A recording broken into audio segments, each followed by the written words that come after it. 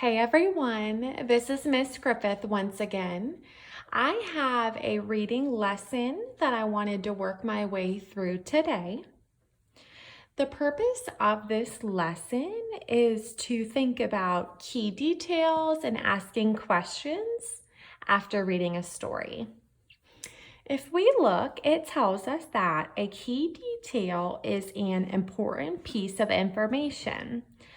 Asking and answering questions help you notice key details. Here are some questions you can ask about the key details in a story.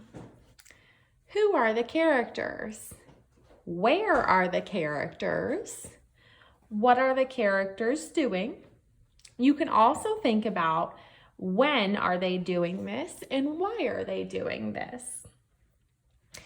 Asking and answering questions about key details helps you understand how the parts of the story fit together.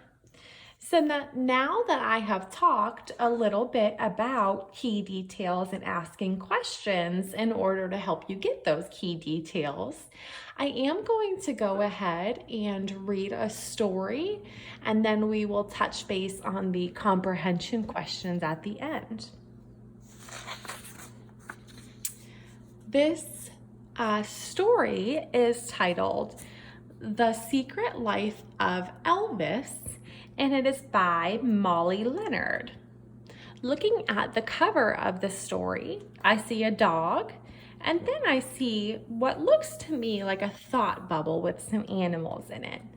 Let's read more to figure out exactly what the dog is thinking. People think it is so easy to be a dog. They scratch my head and say, "Elvis, your life is so easy." Boy, are they wrong. Being a dog is hard work. I don't like what I do every day. I just can't do it anymore.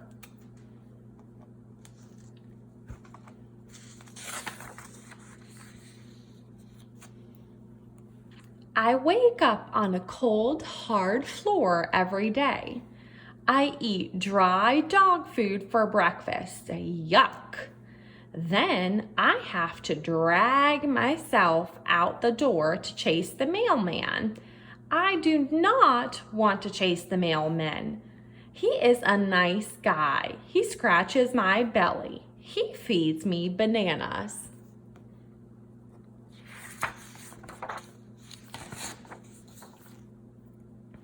What do I do next? I hide in a closet. I am trying to cough up a hairball. Then I hear someone call, "Elvis, come!" And of course I come running. I see that someone has dropped some meatloaf. They want me to eat it off the floor. Gross.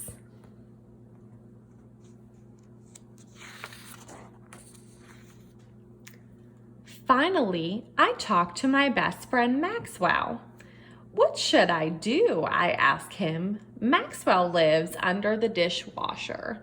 He is a mouse. He is also a painter. Today he is painting a banana. I say, "I don't want to be a dog anymore, Maxwell. I have no time alone. The food stinks and people throw balls at me."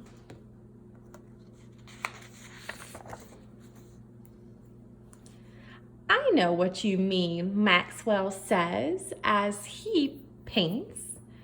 "You have to do what makes you happy. That is why I paint beautiful fruit. It makes me happy. Other mice look for crumbs all day. That makes them happy. You have to do what makes you happy, Elvis."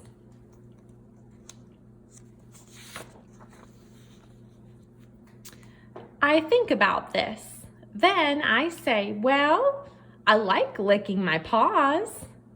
I like winding around people's feet so they trip, and I love drinking milk. I've got it, Maxwell cries. It sounds like you have spent too much time being a dog. Why don't you try being a cat?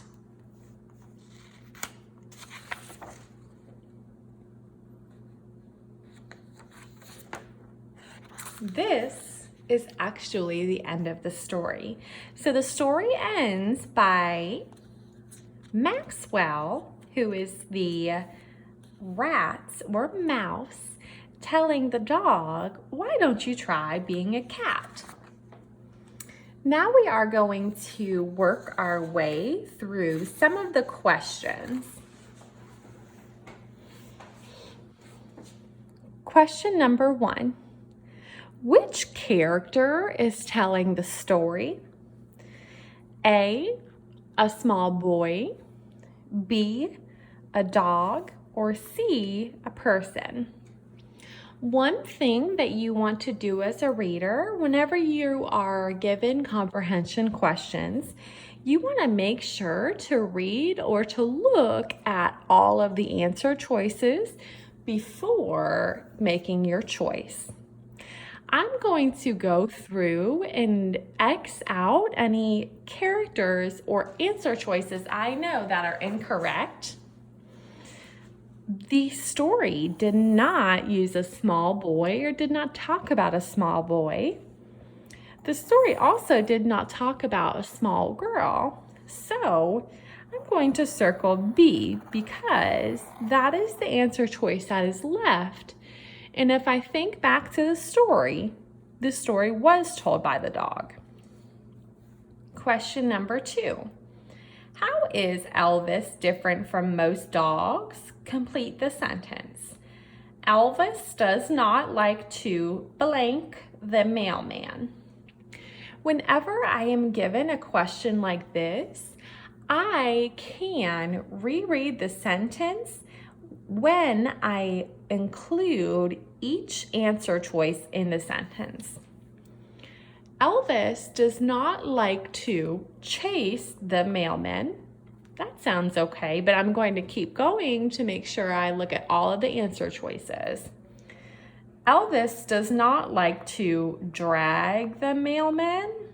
I don't remember the story talking about dragging the mailman. Elvis does not like to scratch the mailman.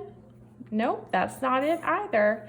I'm going to circle A, chase, because if I think back to the story does talk about how Elvis does not like chasing the mailman.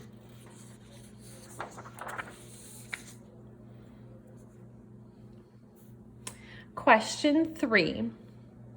They include a quick snapshot of page 3 of the passage before they go on and ask the question. Look at the underlined text and the picture.